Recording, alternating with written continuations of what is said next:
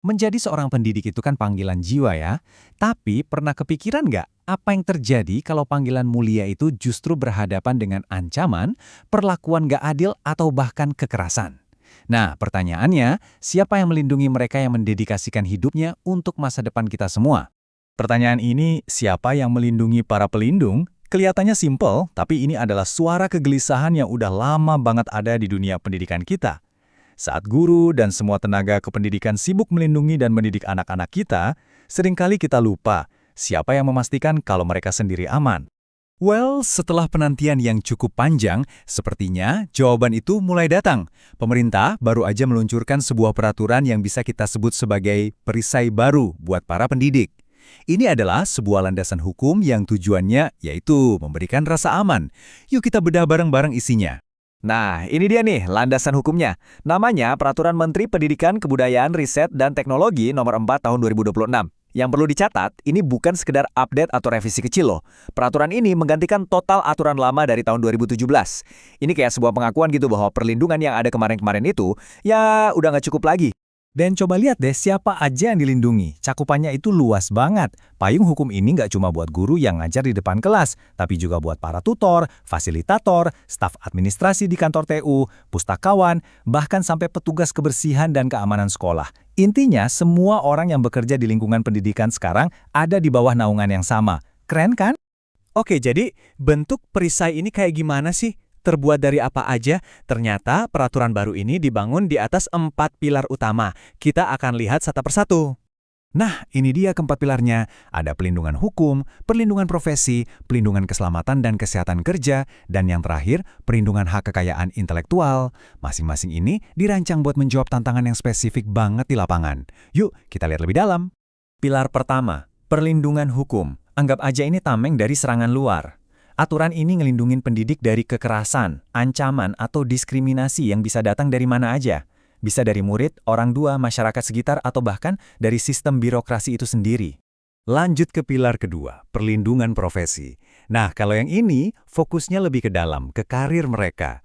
Jadi pendidik itu sekarang dilindungi dari hal-hal kayak pemecatan yang semena-mena, gaji yang nggak layak, sampai pembatasan yang bikin mereka nggak bebas berinovasi, atau bahkan menyuarakan pendapat profesionalnya. Pilar ketiga ini ngomongin soal yang fundamental banget, keamanan fisik dan mental di tempat kerja. Ya gimana coba guru bisa ngajar dengan tenang kalau mereka khawatir soal keselamatan di sekolah? Perlindungan keselamatan dan kesehatan kerja atau K3 ini memastikan lingkungan kerja mereka itu beneran aman dan sehat. Dan yang terakhir, pilar yang mungkin sering banget kelupaan, perlindungan hak kekayaan intelektual. Peraturan ini secara tegas mengakui dan melindungi karya-karya orisinil para pendidik. Entah itu buku ajar yang mereka tulis, metode mengajar baru yang mereka ciptakan, semuanya kini diakui haknya. Nah, salah satu kekuatan terbesar dari peraturan ini tuh ada di definisinya yang super jelas dan rinci. Jadi nggak ada lagi tuh area abu-abu soal mana tindakan yang boleh dan mana yang udah termasuk pelanggaran. Jadi gini, peraturan ini membagi kekerasan jadi 4 jenis, fisik, psikis, perundungan, dan seksual. Penting nih, cara penyampaiannya juga dijelasin, bisa lewat omongan, tindakan, atau bahkan lewat teknologi kayak media sosial. Dan yang paling revolusioner, kebijakan sekolah yang merugikan, mau itu tertulis atau enggak, sekarang bisa dianggap sebagai bentuk kekerasan juga. Nah, coba deh perhatikan kutipan ini. Ini krusial banget. Peraturan ini secara eksplisit mendefinisikan apa itu kekerasan psikis. Ini adalah penegasan bahwa luka itu nggak harus kelihatan. Hal-hal kayak dikucilkan, dihina, atau disebarin rumor, sekarang diakui secara hukum sebagai bentuk kekerasan yang bisa ditindak. Terus kalau ngomongin soal kekerasan seksual, pasal 10 di peraturan ini benar-benar nggak main-main. Ada daftar yang panjang dan spesifik banget, isinya mencakup sebuah hal. Mulai dari siulan nggak sopan, komentar bernada seksual, ngirim konten nggak senonoh, sampai sentuhan fisik tanpa izin. Pesannya jelas banget, nol toleransi untuk kekerasan seksual. Oke, aturannya udah jelas. Terus kalau amit-amit, ada pendidik yang kena masalah, mereka harus lari kemana? Nah, peraturan ini menciptakan sebuah mekanisme bantuan yang terpusat.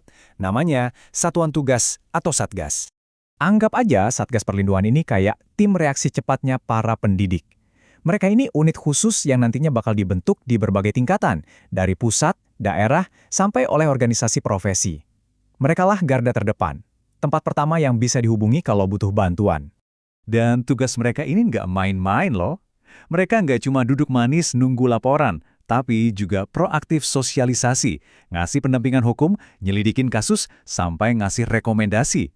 Jadi, Satgas ini bukan sekedar kotak pengaduan, tapi bener-bener mitra aktif buat nyari solusi. Sekarang kita masuk ke bagian yang paling praktis. Gimana sih caranya seorang pendidik bisa bener-bener pakai sistem baru ini buat minta tolong? Nah, bisa kita lihat di sini, alurnya itu dibuat sesimpel mungkin. Pertama, ajukan pengaduan tertulis. Nanti katanya bakal dibikinin aplikasi khusus biar gampang. Kedua, Satgas bakal periksa laporan dan bukti-buktinya. Ketiga, mereka bikin kesimpulan dan rekomendasi. Terakhir ya eksekusi atau tindakan lanjutannya. Alurnya jelas banget, dari masalah sampai ke solusi. Oh iya, ada 2 jalur penyelesaian masalah nih yang perlu kita tahu. Pertama, jalur non-litigasi. Artinya, masalah coba diselesaikan di luar pengadilan, misalnya lewat mediasi atau musyawarah. Tapi kalau cara ini mentok, ada jalur kedua, yaitu litigasi, di mana Satgas akan bantu pendidik buat bawa kasusnya ke pengadilan, lengkap dengan pendampingan hukum. Nah, ini dia angka ajaibnya. Tolong diingat ya, 3 hari kerja. Kalau Satgas di tingkat bawah nggak ngerespon pengaduan dalam 3 hari, pelapor punya hak buat langsung eskalasi atau lapor ke tingkat yang lebih tinggi, bahkan sampai kementerian. Ini mekanisme kontrol biar nggak ada laporan yang dicuekin. Peraturan ini kedengerannya udah oke banget ya di atas kertas.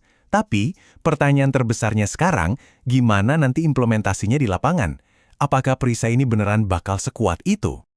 Jadi, gini, peraturannya memang udah ada, tapi mesin pelindungnya yaitu para Satgas ini kan masih perlu dibangun. Pasal 42 ngasih tenggat waktu yang jelas, 18 bulan. Artinya, pemerintah dan organisasi profesi punya waktu sampai sekitar pertengahan tahun 2027 untuk memastikan semua Satgas ini sudah terbentuk dan siap bekerja. Jadi, kerangkanya udah siap, perisainya udah ditempa, tapi pertanyaan terakhirnya kembali ke kita semua. Bagaimana kita, sebagai masyarakat, orang tua murid, dan sesama pendidik, bisa ikut mengawal supaya perisai ini nggak cuma jadi pajangan di atas kertas? Karena pada akhirnya, kekuatan sejati dari sebuah aturan itu baru teruji saat dia dilaksanakan di lapangan. Dan pelaksanaannya adalah tugas kita bersama.